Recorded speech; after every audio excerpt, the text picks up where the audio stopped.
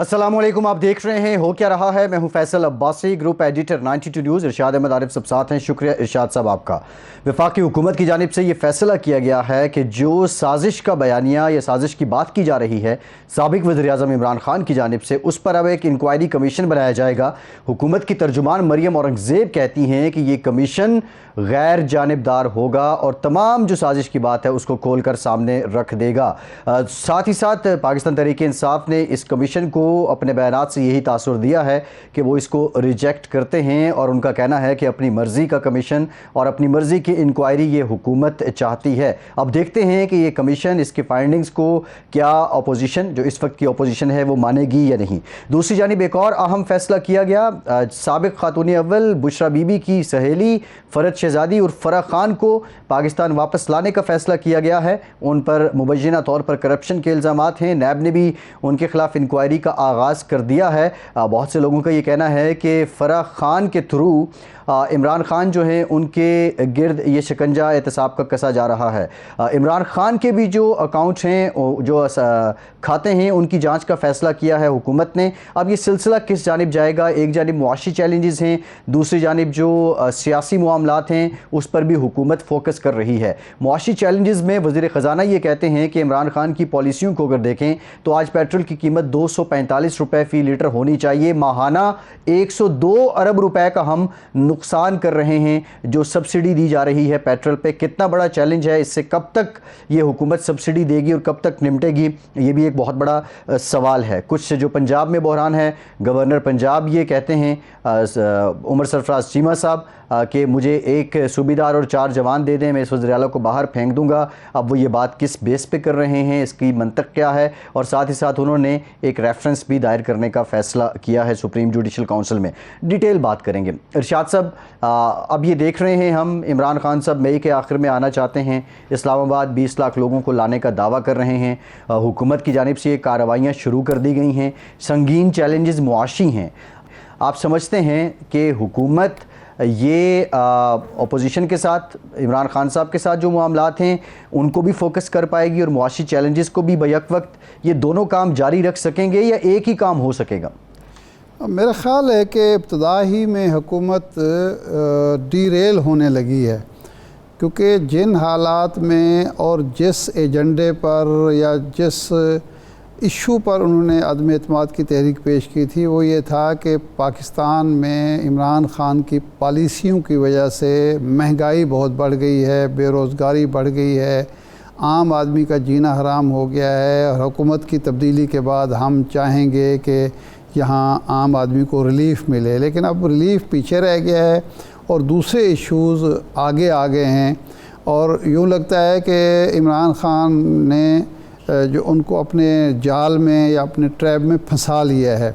आज मरियम औरंगज़ेब साहबा ने यह ऐलान किया कि हम कमीशन बनाएंगे उस साइफ़र पर, जिसके बारे में मुस्लिम लीग नून के और जमीयत उलमा इस्लाम के और पीपल्स पार्टी के सारे रहनुमा ये कहते थे कि ये ऐसा कोई है ही नहीं, ये ख़त जाली है जो इमरान खान लहरा रहे हैं।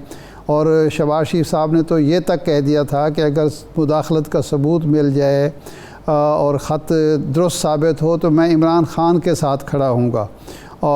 तो आज सूरत हाल ये है कि उस ख़त को दुरुस्त भी मान लिया गया है, मुदाखलत को भी मान लिया गया है और अब उस पर कमीशन भी बनाया जा रहा है। तो ये बात तो वो है जो इमरान खान कह रहा था। उसने सुप्रीम कोर्ट से भी अपील की, अपोजिशन को भी दावत दी कि आए मिलकर बैठें और इस साजिश का पता चलाएं और इस साजिश का मुकाबला करें मिलकर जुलकर। लेकिन आज वो नैरेटिव जो इमरान खान का था उसके पीछे चल रहे हैं।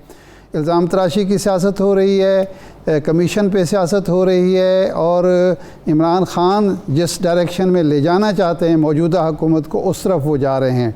तो मेरा ख़्याल है कि अब इशू क्या रह गया है कि फ़राह गोगी जो हैं वो मुल्क में वापस लाई जाएंगी और उसके बाद कमीशन बनेगा और उसके बाद भाई आपका जो जिम्मेदारी है फ़राह गोगी पे आते हैं। लेकिन सवाल ये है कि इमरान खान की तशफ़ी कैसे होगी फिर?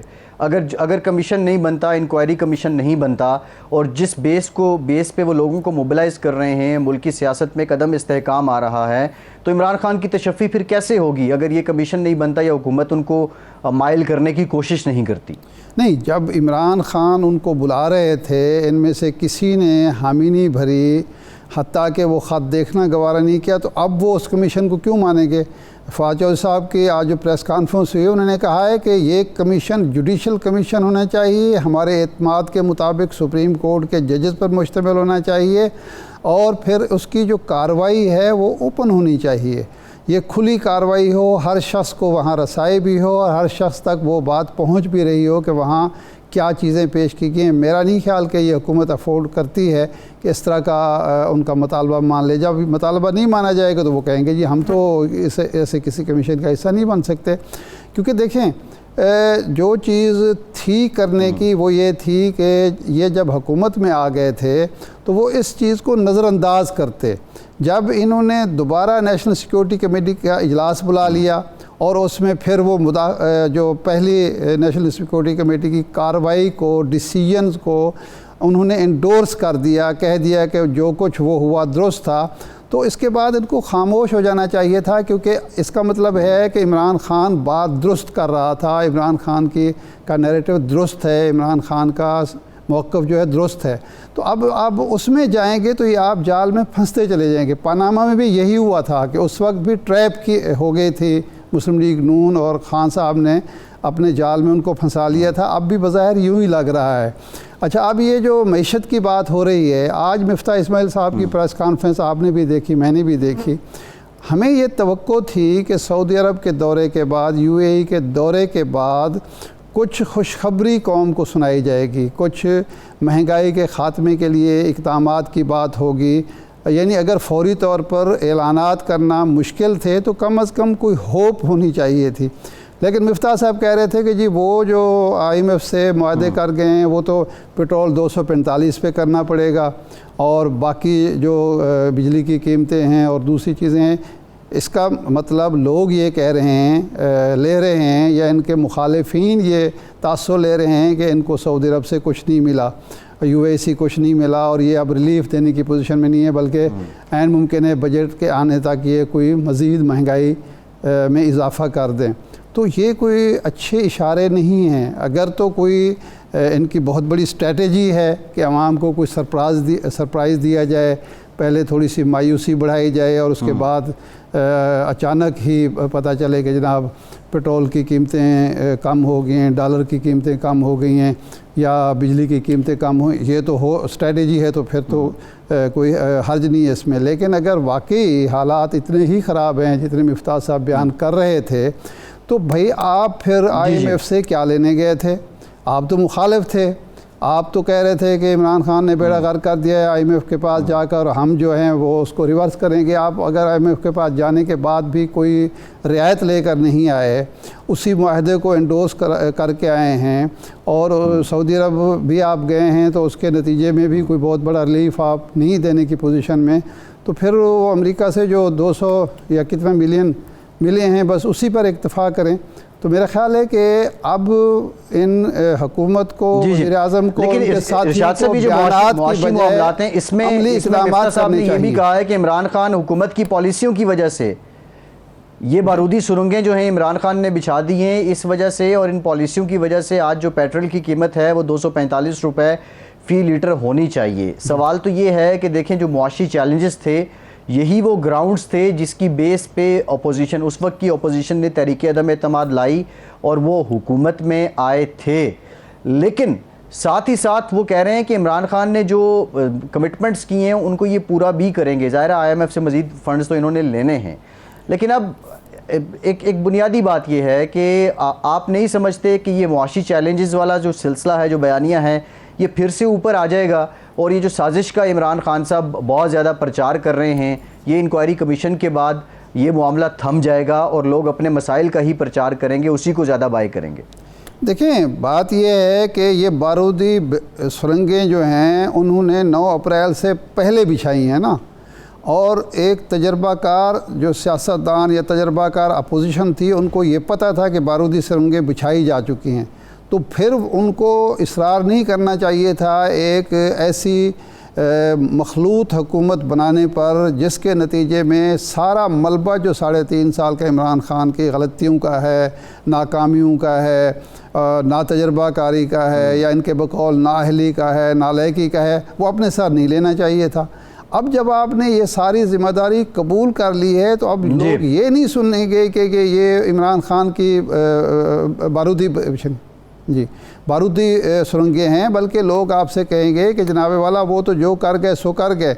उस वक्त तो डीज़ल मिल रहा था, पेट्रोल जो है 150 पे वो रोक के उसके बाद 2 महीने तक डेढ़ महीने तक वो चलाते रहे।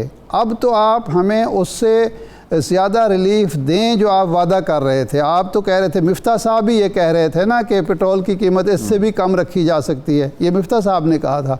IMF से बेहतर शराइत पे बात की जा सकती है, ये मिफ्ता साहब भी कह रहे थे। महंगाई जो है ये कह रहे थे कि महंगाई जो है वो इनकी नालायकी की वजह से, नाअहली की वजह से बढ़ रही है। ये कह रहे थे कि कोई ऐसा साइफ़र है ही नहीं, ख़त है ही नहीं, कमीशन की ज़रूरत ही नहीं है, इमरान ख़ान साहब फजूल बातें कर रहे हैं कि कमीशन बनना चाहिए। तो अब वो सारी की सारी जो फजूल बातें थी वो ये कर रहे हैं। तो इसलिए अवाम ये नहीं मानेंगे कि ये बारूदी सुरंगें उनकी बिछाई हुई हैं। ये अब इनको प्रूव करना पड़ेगा, प्रूव करना चाहिए कि न जनाब हम एक ब्रेक लेते निमट सकते हैं हालात से। सवाल तो ये भी है कि जो हुकूमत है चंद माह की मौजूदा हुकूमत की और इमरान खान की 3 साल 8 माह की हुकूमत, ये कम वक्त जो है, कलील मुद्दत मौजूदा हुकूमत के लिए कितना बड़ा कुशन होगा अगर वो तवक्कुआत के मुताबिक डिलीवर नहीं कर पाते। ब्रेक के बाद कुछ जिक्र करेंगे फ़रद शहज़ादी उर्फ फरा खान का। हमारे साथ रहिए।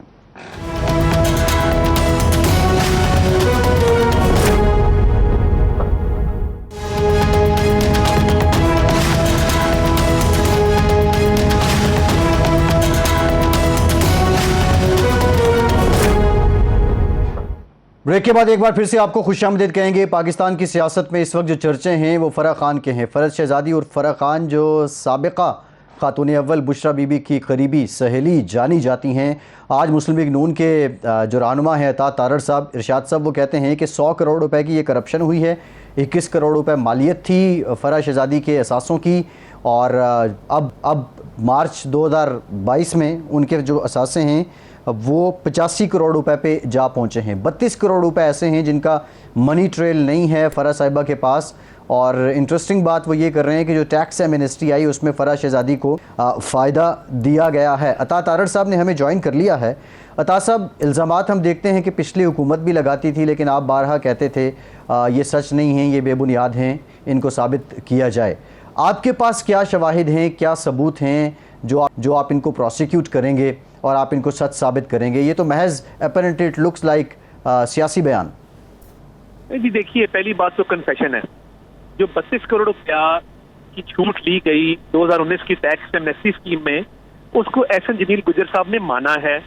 अब 2019 में हुकूमत थी इमरान खान साहब की, और एक ऐसी खातून उसके खावंद को जिसके घर पे इमरान खान साहब का निकाह अंजाम पाया हो और जिनके साथ उनके करीबी ताल्लुकात हों, और जिनके दफा में वो आज आकर बाकायदा तौर पे ये कहें कि फरा गोगी तो देखे ना पब्लिक ऑफिस होल्डर नहीं है, फरा गोगी तो देखे उसका रियल एस्टेट का बिजनेस है। तो आपको पता था कि आपकी अहलिया की वो करीबी दोस्त हैं, उसके बावजूद आपने 32 करोड़ रुपए की छूट क्यों दी? वो डॉक्यूमेंट FBR के पास भी मौजूद हैं, वो डॉक्यूमेंट्स पब्लिक रिकॉर्ड हैं, और वो एहसन जमील गुजर साहब कन्फेस कर चुके हैं कि ये छूट हमने ली थी। पहली बात तो ये है। दूसरी बात ये है कि जो 43 ट्रांजैक्शन हैं पिछले 3.5 साल के, जिसमें ये साबित हुआ है कि 23 करोड़ रुपए से इनकी वेल्थ बढ़ के 85 करोड़ रुपए तक गई है, तो ये तकरीबन जो 60 करोड़ रुपए का इजाफा है, इसकी मनी ट्रेल कोई नहीं है, इसका कोई शवाहिद नहीं है ये बताने के लिए कि ये वेल्थ कहाँ से आई। फिर बहुत से ऐसे मामलात हैं कि जहाँ पे सड़क मंजूर करवाई, सड़क मंजूर करवाने से पहले वहाँ पे अराजी खरीद ली गई औने पौने, और जब सड़क मंजूर हुई, बनना शुरू हुई, तो उसका रेट ऊपर चला गया, ये अलग मामला है।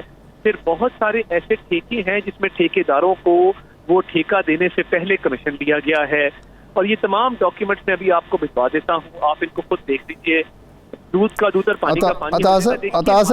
अता साहब, गुजारिश ये है कि ये तो दुरुस्त आप फरमा रहे हैं जो कुछ, कोई केस भी दर्ज किया है आपने एंटी करप्शन में, या नैब को अप्लाई किया हो? नैब ने आज ख़ुद तो कहा है कि हम नोटिस ले रहे हैं, लेकिन हुकूमत की तरफ से जब ये सारे शवाहिद आपके पास है तो केस दर्ज करें, क्योंकि मरियम औरंगज़ेब साहिबा कहती हैं हम उनको वापस ला रहे हैं। जब तक केस दर्ज नहीं होगा, नोटिस नहीं होगा, उस वक्त तक कैसे वापस लाएंगे आप? देखिए, नैब ने एक इंक्वायरी इनिशिएट की है जी, और नैब की इंक्वायरी के तहत हुकूमत पाकिस्तान किसी भी ऐसे शख्स को जिसके खिलाफ इंक्वायरी हो उसको वापस ला सकती है। हमारे पास हमने एफबीआर को लिखा है, एफबीआर से तमाम रिकॉर्ड तलब किया गया है और बाकी भी जो मुतलका महकमे हैं उनसे भी रिकॉर्ड मंगवाया जाएगा और फराह गोगी की पाकिस्तान वापसी यकीनी बनाई जाएगी।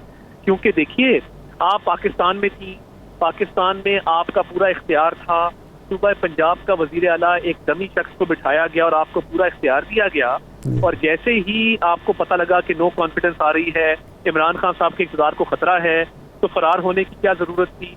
उनको पाकिस्तान से फरार भी इमरान खान साहब की ईमा और उनकी मंशा के मुताबिक करवाया गया, क्योंकि इमरान खान साहब को ये पता था कि जब तहकीकात होंगी तो ये बात साबित हो जाएगी कि ये तमाम तर असासे, ये तमाम तर मालो दौलत, ये सब इमरान खान साहब का बेनामी है। और देखिए, अब इमरान खान साहब जब उनके दफा में निकल आए तो ये बड़ी तशवीशनाक बात है। जो वफाकी को इदारा इसकी तहकीकात करेगा नहीं करेगा इस पे फैसला हो जाएगा, मगर फिलहाल एक देखिए, नैब ने तो एक इंक्वायरी इनिशिएट की है, उसके तहत किसी ऐसे शख्स का पाकिस्तान से बाहर फरार होना जिसमें पब्लिक मनी लूटी हो। देखिए, हमारे पे जो इल्जामात थे वो क्या थे? वो बिजनेस ट्रांजैक्शन के इल्जामात थे। उसमें कभी भी ये बात सामने नहीं आई कि पोस्टिंग ट्रांसफर के पैसे हैं या अवामी मंसूबों के पैसे हैं। देखिए, ये बहुत अजीब बात है कि मियां शरीफ साहब जिन्होंने तारड़ साहब, सवाल तो ये भी है, जो आप 32 करोड़ रुपए टैक्स एमनेस्टी के जुमरे में रिलीफ की बात कर रहे हैं, जब वो एमनेस्टी थी वो तो सरकार ने सबके लिए दी थी और एमनेस्टी का मकसद ही होता है पूछगछ नहीं होगी, तो वो अगर उससे उन्होंने फायदा उठा लिया तो इसमें क्या हर्ज है? नहीं, बट वो सरकार अपने लिए तो नहीं कर सकती ना, वो तो जेन्युइन बिजनेसमैन के लिए है, वो एक ऐसे सरमायादार के लिए है जिसके टैक्स में प्रोसीजरल गलतियां हैं, जिसके पास जो वेल्थ मौजूद है उसमें अकाउंटेंट्स की तरफ से पेचीदगियां हैं, जिसका रिकॉर्ड पूरा नहीं है। मगर एक ऐसी शख्सियत का जिसके घर पे इमरान खान साहब का निकाह हुआ हो, जिसके तमाम तर पंजाब हुकूमत और वफाकी हुकूमत में पूरी इन्वॉल्वमेंट हो और इमरान खान साहब के घर आना जाना हो, क्या आप ये तसव्वुर कर सकते हैं कि इमरान खान साहब ने इस जाती ताल्लुक की बुनियाद पे ये काम किया? और जब जाती ताल्लुक की बुनियाद पे ये काम किया तो ये जो हाई मॉरल ग्राउंड था इमरान खान साहब का, जिसकी बुनियाद पे वो कहते थे कि एनआरओ नहीं दूंगा, तो फिर फराह गोगी को 32 करोड़ रुपए का एनआरओ क्यों कर दिया गया? ये तो इमरान खान साहब की पॉलिसी नहीं थी। अवाम में तो वो और बात करते थे। तो ये कोई आम मामला टैक्स एमनेस्टी का नहीं है कि किसी बिजनेसमैन या बिजनेस वुमन को दिया गया है, ये एक ऐसी शख्सियत को दिया गया है जिसका क़याम बनी गाला के अंदर था। अता साहब, आसन जमील गुज्जर जो हैं वो रियल एस्टेट के कारोबार से तो वाबस्ता हैं ना, तवील अरसे से? बिल्कुल वाबस्ता है। रियल एस्टेट का उनका गुजरांवाला में कारोबार है, मेरा ताल्लुक भी गुजरांवाला से है जी। मगर ऐसा कौन सा कारोबार है जिसमें अरबों रुपए की अराजी पिछले 3.5 साल में आई? ऐसा कौन सा कारोबार है जिसमें 70-80 करोड़ रुपया पिछले 3 साल के अंदर उसका इजाफा हुआ? देखिए, ये तमाम तर वो मामलात हैं जिसमें पंजाब के अफसरान की पोस्टिंग ट्रांसफर पर कमीशन दिया गया, रिश्वत ली गई, ठेकेदारों से पैसे लिए गए, और ये ज़बान ज़दे आम था। मगर अब जब हमारी रसाई उन दस्तावेजात तक हुई है जिसके अंदर ये सारे 43 ट्रांजैक्शंस दर्ज हैं, तमाम तफसीलात दर्ज हैं, तो ये तो अब मामला खुल के सामने आ गया है। कुछ अफसर हैं जो ये बयान दें या ठेकेदार जो बयान दे चुके हों कि जी हमने ट्रांसफ़र पोस्टिंग के पैसे दिए या ठेकेदार ने ठेका लेने के पैसे दिए इनको? देखिए, ताहिर खुर्शीद को जब इमरान खान साहब ने हटाया प्रिंसिपल सेक्रेटरी के तौर पे वजीर आला के जी, तो वो उनको शवाहिद, मेरी इतला के मुताबिक उनको शवाहिद पेश किए गए थे कि इतनी करप्शन हो गई है कि अब वजीर आला दफ्तर में बोलियां लगती हैं। तो उन्होंने उस वक्त जब समझा कि पानी सर से गुजर गया और अब मजीद करप्शन की गुंजाइश नहीं है, अपनी जान बचाने के लिए उसको हटा दिया गया। मगर आज भी अगर ताहिर खुर्शीद के खिलाफ तहकीकात की जाए, उसको बुलाया जाए, मैं आपको बता देता हूँ वो तो फौरी तौर पे वादा माफ गवाह बन जाएगा इनके खिलाफ, और वो कहेगा कि ये सारे काम मैंने नहीं किए, ये फराह गोगी ने करवाए, ये इमरान खान साहब की ईमा पर हुए। तो नहीं, तो छुपे हुए सवालात हैं। नहीं तो ये तो खैर ताहिर खुर्शीद का नाम, शफकत बुखारी का नाम, शब्बीर जरवाल ठेकेदार का नाम हम भी सुन रहे थे उस्मान बुजदार के फ्रंटमैन के तौर पर। तो आप कोई ऐसी इनकी कोई गिरफ्तार कर रहे हैं या इनके खिलाफ कार्रवाई कर रहे हैं ताकि ये वादा माफ गवाह बने? ताहिर खुर्शीद के खिलाफ शफाफ तहकीकात होनी चाहिए जी। और ये पता लगना चाहिए कि पंजाब के अंदर पोस्टिंग ट्रांसफर की बोली क्यों लगाई गई। पंजाब के सूबे के अवाम का जो हक था कि उन्हें सस्ता आटा दिया जाए, सस्ती चीनी दी जाए, सेहत और तालीम की सहूलियात दी जाए, सड़कें बनाई जाएं, डेवलपमेंट की जाए, उसकी बजाय एक चोर बाजारी यहाँ पे की गई, कमीशन माफिया को परवान चढ़ाया गया, रिश्वत का एक पूरा बाजार गर्म किया गया। तो देखिए ये इसमें बहुत सारे नाम हैं और ताहिर खुर्शीद का नाम सरे फहरिस्त है। मैं ये समझता हूँ कि आने वाले वक्त में उनके खिलाफ आज़ादाना और शफाफ तहकीकात होनी चाहिए और ये पता लगना चाहिए कि ये कहाँ से मामला जो हैं वो शुरू हुए। नहीं अता साहब, मेरा जो सवाल था, अब तो आप हुकूमत में हैं, अब आपको होनी चाहिए तो नहीं होना चाहिए, आप करें, आप कर रहे हैं, ये सवाल के आपकी तरजीहात में शामिल है कि ताहिर खुर्शीद है? बिल्कुल, इस पे कानूनी मुशावरत जारी है। अच्छा। और इस पे जल्द फैसला कर लिया जाएगा और ये मेरी दानिश में तो ये बिल्कुल होना चाहिए। तो इसमें उस्मान बुज़दार का नाम भी होगा, फराह गोगी का नाम भी होगा? जी देखिए, फराह गोगी का नाम तो ऑलरेडी है और होना भी चाहिए। और मैं ये समझता हूँ कि ये फराह गोगी ने जो मामला किए हैं वो अपने तौर पे तो नहीं किए। फराह गोगी को ये इख्तियार किसने दिया? यानी आज मैं कहूँ कि हमारी हुकूमत है और इरशाद आरिफ साहब आपको ये हक है कि आप पोस्टिंग ट्रांसफर करवाएं, तो ये आप किसी के कहने पे करेंगे ना, खुदा ना खास्ता। आप अपने ताई कोई आम शहरी जाके तो ये काम नहीं कर सकता कि वो commissioner, RPO, deputy commissioner, DPO को लगवाने के लिए पैसे लेना शुरू कर दे। और देखिए जब उस्मान बुज़दार साहब की अपॉइंटमेंट हुई तो वो भी फराह गोगी के जरिए हुई। अच्छा। उस्मान बुज़दार पार्टी का कोई तरीना कारकुन नहीं था। ठीक है अता तारड़ साहब, बहुत शुक्रिया। मुस्लिम लीग नून के सीनियर रहनुमा हमारे साथ मौजूद थे और वो अपना पॉइंट ऑफ व्यू दे रहे थे और जो इल्ज़ामात हैं उनके फराह खान पर वो उससे मुतालिक भी बता रहे थे। ज्वाइन किया है एहसन जमील गुज्जर साहब ने। आप खामिंद हैं फराह खान साहिबा के, फरद शहजादी साहिबा के। बहुत शुक्रिया गुज्जर साहब आपके वक्त का। गुज्जर साहब, आपने गुफ्तगू सुनी अता तारड़ साहब की। वो ये कहते हैं कि पहले 21 करोड़ रुपए असासे थे आपके, अब आपके 85 करोड़ रुपए असासे हैं। 32 करोड़ रुपए जो है वो आपने एतराफ़ भी कर लिया है कि टैक्स एमनेस्टी में आपने छूट ली है। और वो ये भी कहते हैं कि आपकी जो कुर्बत है आपकी और आपकी अहलिया की इमरान खान साहब के साथ, आपने इसका फ़ायदा उठाया है और आपने करोड़ों अरबों रुपए के असासे बनाए हैं। ये बता दीजिए कि जो ताल्लुक़ आपका इमरान खान साहब के साथ और आपकी अहलिया का इमरान खान साहब की अहलिया के साथ है, उसकी नौइयत क्या है? अस्सलाम वालेकुम, बहुत शुक्रिया, आपने मौका दिया, मुझे इधर बुलाया और मौका दिया बात करने का। भाई गुजारिश ये है कि हमारे कोई अजूबा तल्लुकात नहीं है, वो हमारी बड़ी बहनों की तरह है, फरी की बड़ी बहनों की तरह है। खान साहब से भी हमारी बहनोइयों की तरह है, हम उनको समझते हैं कि जिस तरह बहन का खामद होता है। इसके अलावा तो हमारे कोई किस्म के कोई मामला नहीं है। ना खान साहब से और बेगम साहबा से हमारा कोई कारोबार साझा है, ना कभी हमने उन्हें कोई पेमेंट की है, ना कोई हमारा लेन देन है, ना कोई हमने कहीं जाके कोई बहुत ज़्यादा बढ़ चढ़ के उनकी सियासत में कभी हिस्सा लिया है। ये ज़्यादा जो तल्लक और एतराज़ है ये तारड़ साहब को और इनकी जमात को बुखार चढ़ा हुआ है इस तल्लक का। तो पता नहीं क्यों इतना इन्होंने, ये इमरान खान की आला कारकर्दगी और आला किरदार की अलामत है कि ये वाया बठिंडा जाके ये उसको फंसाना चाह रहे हैं। पहले ये मेरे ज़रिए, क्योंकि मैं चेयरमैन ज़िला कौंसिल रहा हूँ 20 साल पहले, तो उस ज़रिए से ये केस करेंगे फरी पर, फिर फरी पर कुछ साबित करेंगे, फिर जाके बेगम साहब को इम्प्लीकेट करेंगे, फिर इमरान को करेंगे। ये ज़रा बहुत लंबा इन्होंने रूट लिया है। इस तरह नहीं होता, कोई होश के नाखुन ले। हमने हमारी सारी चीज़ें, हम जायज़ काम करने वाले लोग हैं, कोई हमारे पास अरबों खरबों रुपए के सासे नहीं हैं। ठीक है, ये जो कुछ है हमने हुकूमत के अवाम के सामने रखा हुआ। एहसन जमील गुज्जर साहब, असल में मसला यहाँ से पैदा हुआ जब आदम एतमाद की तहरीक आई तो पहले आप शायद इतला मिली कि अमेरिका चले गए, फिर पता चला कि बेगम साहिबा दुबई चली गई हैं, तो उसकी वजह से शुकूक व शुबात हुए कि क्यों आपने बाहर जाना पसंद किया, अभी तक वापस क्यों नहीं आ रहे। इसकी वजह से खामखा सवालात उठ रहे हैं। तो कब आप वतन वापस आ रहे हैं, तो कब आ रहे हैं? अरशाद साहब जी, आप जहाँ दीदा आदमी हैं जी, ये इतना जो फोला फाली कर रहे हैं और इतनी इन्वेस्टिगेशन कर रहे हैं कि जो हमारी बैंकों से और पता नहीं क्या क्या वो लहराते रहे हैं फजूलियात जी। ये हमारा ट्रैवल रैकेट चेक कर लें। अच्छा, हमको पहली दफा तो नहीं गए, ठीक है। कितनी दफा इन दिनों में हम लोग मुल्क से बाहर जा चुके हैं। ठीक अच्छा, है, और कोई चीज छुपाई नहीं है। ये एफबीआर ने डिक्लेयर्ड हमारी विजिट है, हमने सारी चीजें ओपन की हुई हैं कि हम कब गए कब आए, कुछ ये रजिस्टर्ड चीजें। जी, अब भी हम आजाद शहरी हैं, हमें किसी किस्म की किसी अदालत से, किसी तफ्तीशी एजेंसी से, किसी किस्म के किसी कोर्ट से हमें किसी किस्म का कोई नोटिस मसूल नहीं हुआ। अच्छा, जब हमें कोई चीज मसूल होगी और हमें पाकिस्तान में हमारी जरूरत होगी, हम जरूर आएंगे।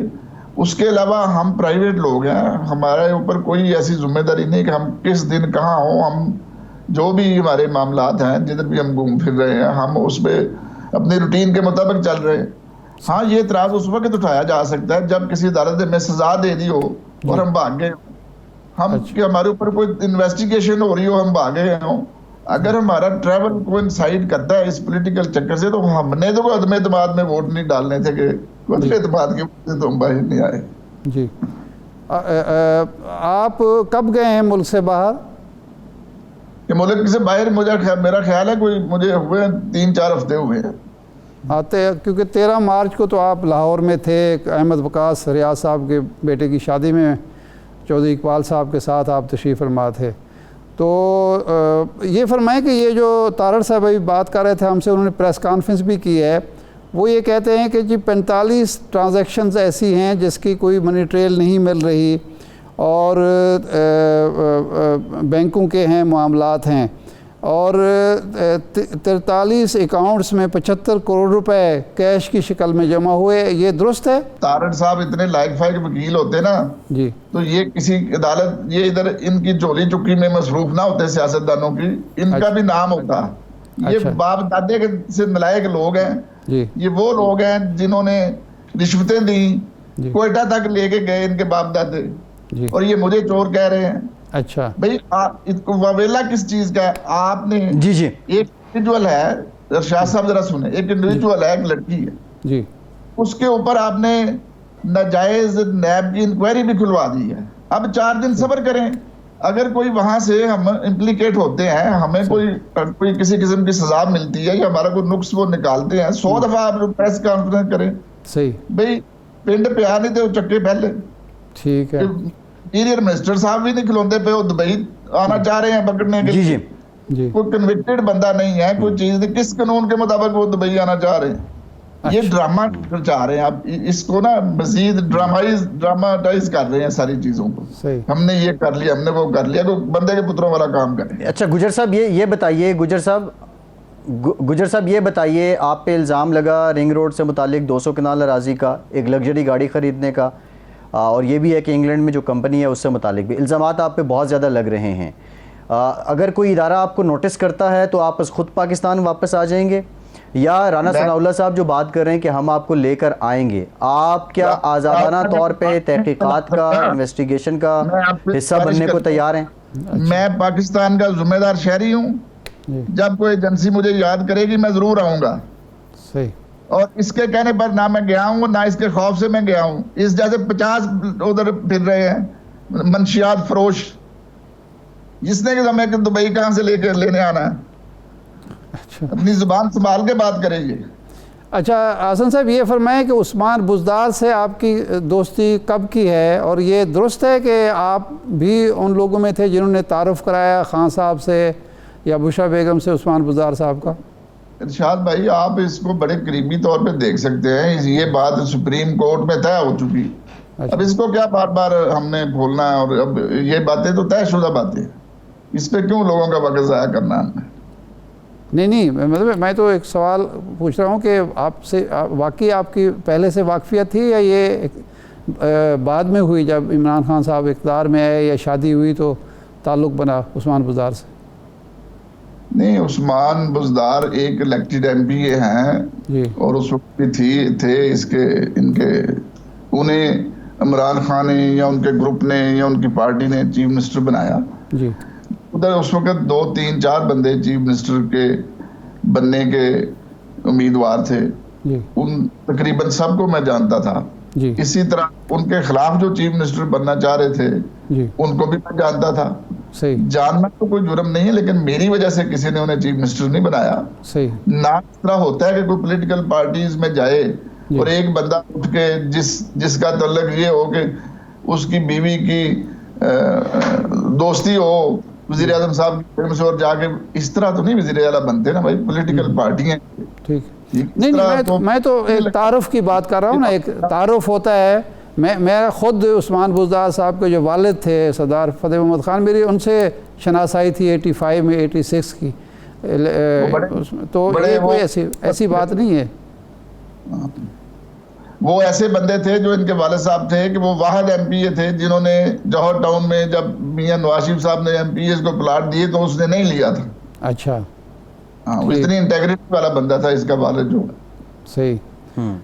तो ताहिर खुर्शीद से भी आपकी कुछ शनासाई पहले से थी? ताहिर खुर्शीद को मैं नहीं जानता, ना कभी मिला हूँ। अच्छा। ना मैंने कभी देखा है। अच्छा। ठीक है। ना मैं किसी भी चीफ मिनिस्टर साहब के जो ये रहे हैं बुज़दार साहब, इनके किसी भी सेक्रेटरी को मैं ना मिला हूँ और ना मैंने कभी देखा है। सही। तो आप चूँकि एक सियासतदान ख़ानदान से भी आप गुजर साहब सियासी ख़ानदान से भी आपका ताल्लुक़ है और आप ख़ुद भी ज़िला कौंसिल के चेयरमैन रहे। अब आप इस वक्त क्या देखते हैं, सियासत का रंग ढंग ये इल्ज़ाम तराशी पर चलेगा या मामलात आगे बढ़ेंगे? देखें, मैं तो इतना एक्सपर्ट नहीं हूँ, आपको मैं बताऊँ तो वो सूरज को रोशनी दिखाने वाली बात है, लेकिन मेरी गुजारिश सिर्फ ये है कि नीयतों पर चीज़ें चलती हैं। अच्छा। जिस हुकूमत की नीयत ये है कि उन्होंने एक बेगुनाह लड़की को इम्प्लीकेट करके और साबिक वज़ीर आज़म पर केस बनाने हैं, ठीक है, और जिसकी नीयत ये है कि वो कहीं जो वाक़या होता है उसके फैसलाबाद में नजायज़ मजहबी रंग दे के पर्चे देने, इन्होंने क्या करना है? मैंने इनको पहले भी एक इंटरव्यू में मशवरा दिया था कि अल्लाह ताला ने अगर आपको मौका दिया है तो आप कल की तरफ देखें, आप रिवेंज लेने, इंतकाम लेने, लोगों के पीछे भागने। मियां शहबाज शरीफ साहब की तो परफॉर्मेंस की सारी दुनिया गवाह है जी, बड़े परफॉर्मर हैं वो। अच्छा। तो वो परफॉर्म करें और बताएं कि ये मैं बेहतर कर सकता था, ना कि ये तारड़ जैसे और राना सनाउल्ला जैसे साथी जो उनको खराब कर रहे हैं और झूठ बोल बोल के ये झूठ रिपोर्टें दिखा रहे हैं, इतना निकला इतना निकला इतना निकला। ठीक है, क्योंकि हमारे पास कहीं भी 70-75 लाख करोड़ रुपया या लाख कोई हमारे पास ये कैश नहीं मौजूद हमारे किसी अकाउंट में। अच्छा। गुजर साहब ये बता दें ज़रा, ये इल्ज़ामात तो आप पे लग रहे हैं, आप पे इल्ज़ामात तो लग रहे हैं, लेकिन ये बता दीजिए कि आपका जो कारोबार है और जो आप वो बात कर रहे हैं कि आपकी 21 करोड़ रुपए मालियत थी एहसासों की, अब 85 करोड़ है, बुनियादी तौर पे आपके कारोबार कितने हैं, उनकी नौयत क्या है? जो इंग्लैंड में कंपनी रजिस्टर्ड होने की वो बात कर रहे हैं उसकी हैसियत क्या है? यार, इंग्लैंड में कुछ डॉक्टर आए थे हमारे इधर पाकिस्तान में। अच्छा। ठीक है, वो इधर एक हॉस्पिटल बनाना चाह रहे थे। अच्छा। तो मैंने उन्हें कहा जी मैं अपनी तरफ से ज़मीन डाल दूंगा उसमें। अच्छा। ठीक है जी। और उन लोगों ने अपने प्लान बनाए, बहुत कुछ किया, मैंने ज़मीन देने का वादा किया, एक कंपनी फॉर्म हुई। अच्छा। ठीक है, जिस पे हम सब ने आपस में मिलके को मेरा ख्याल है 2-2, 4-4, 5-5 लाख रुपया हमने वो जमा कराया, क्या उसका नाम है, उस कंपनी को चलाने के लिए। ठीक है जी, और वो वहीं की वहीं अभी खड़ी है, ना इतने 5-10 उसमें डॉक्टर हैं। अच्छा। ना उनको टाइम मिला ना हमें मिला, हम बात मीटिंगें करते रहे, बात आगे नहीं बढ़ी। ठीक है, कोई कारोबार उस पर नहीं हुआ। उसी सिलसिले कितने लोग इस कंपनी के बोर्ड ऑफ डायरेक्टर्स में, सीईओ कौन है इस कंपनी के? इसमें काफी 5-10 डॉक्टर्स ही हैं ज्यादातर इसमें। अच्छा। हाँ जी, और कोई इस कंपनी ने किसी जगह से कोई हुकूमत से 1% का फायदा नहीं लिया, ना कोई लाइसेंस लिया, ना कोई अप्लाई किया, ना इस कंपनी ने, ये फॉर्म जरूर हुई जी, ठीक है, कंपनी फॉर्म जरूर हुई, ठीक है, लेकिन इसने कोई फायदा, कोई ठेका, कोई चीज किसी जगह से कोई नहीं लिया। आसन साहब, ये आखिरी सवाल है, ये रिंग रोड के करीब, पिंडी रिंग रोड के करीब 200 कनाल ज़मीन का भी कोई एक किस्सा है कि जी 2 अरब की ज़मीन है? नहीं, ये भी बिल्कुल अफवाह है और बिल्कुल ये इनका झूठ प्रोपेगेंडा है। अच्छा। पिंडी रिंग रोड पर हमारा कोई कारोबार नहीं है, ना हमने किसी किस्म की कोई ज़मीन ली उधर, ना हमने कोई उससे पैसा कमाया जी। ये सारी की सारी चीज़ें जो ये कह रहे हैं जी हमने वहाँ ये कर दिया वो कर दिया, हमारी जहां जहां जमीन है उस पर मौजे का नाम लिखा हुआ है और वो FBR में डिक्लेयर्ड है।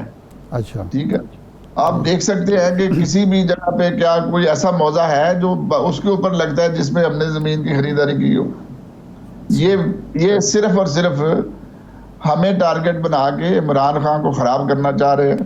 फंसाने का भी ये तरीका नहीं, फंसाने के भी तरीके और तो ये सिर्फ उसको उसकी तजलील करना चाह रहे हैं।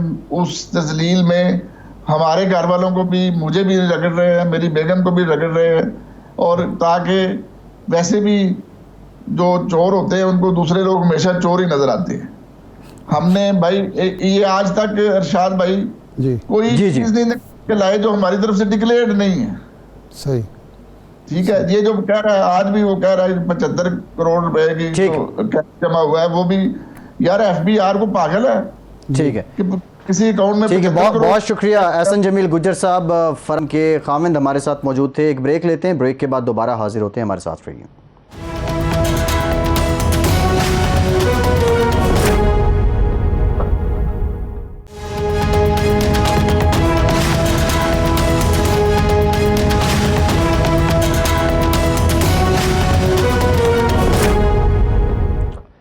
ब्रेक के बाद एक बार फिर से आपको खुशामदीद कहेंगे। हमें ज्वाइन किया है मुजम्मिल असलम साहब ने, मईशतदान हैं, साबिक हुकूमत के मुआशी तर्जुमान भी थे। बहुत शुक्रिया मुजम्मिल साहब आपके वक्त का।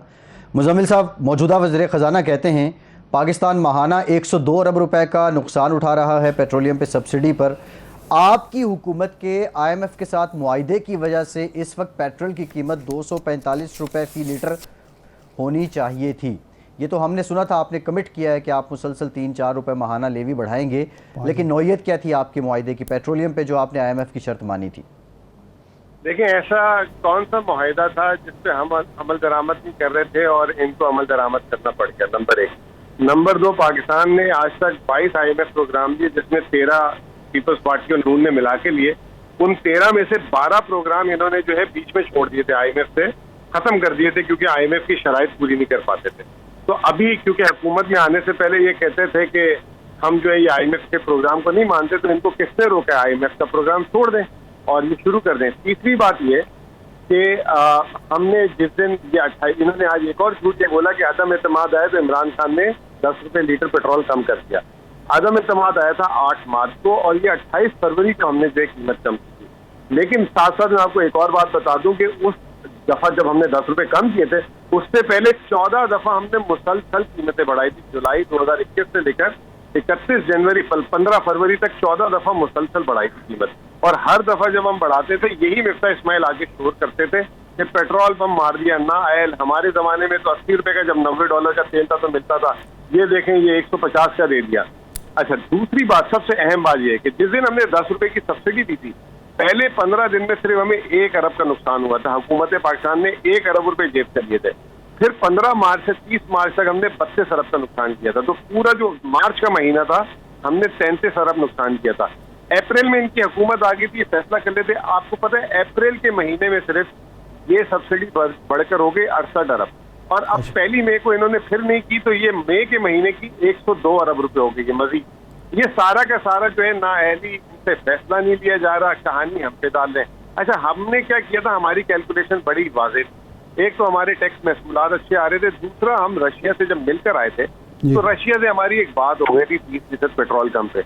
अगर वो हमारी आज हुकूमत होती तो हमें जो है $70-80 के हिसाब से तेल मिल रहा होता और ये 150 रुपए में भी हमें जो है हुकूमत को कुछ बचत हो रही होती। तो ये तो आए, इन्होंने वो सारा का सारा किसी को खुश करने के लिए रशिया का प्रोग्राम शेल्फ कर दिया। अब अल्लाह की नहीं, मुजम्मिल साहब, अगर ये रशिया से हम तेल ले लेते और अमेरिका की तरफ से हम पर पाबंदियां लग जाती तो वो नुकसान कितना होता हमें? देखिए, वो ये फर्जी बात है कि अमेरिका से पाबंदी कैसे लगती, क्योंकि पूरी दुनिया से रशिया आज भी ट्रेड कर रहा है, यूरोप से कर रहा है, इंडिया से कर रहा है।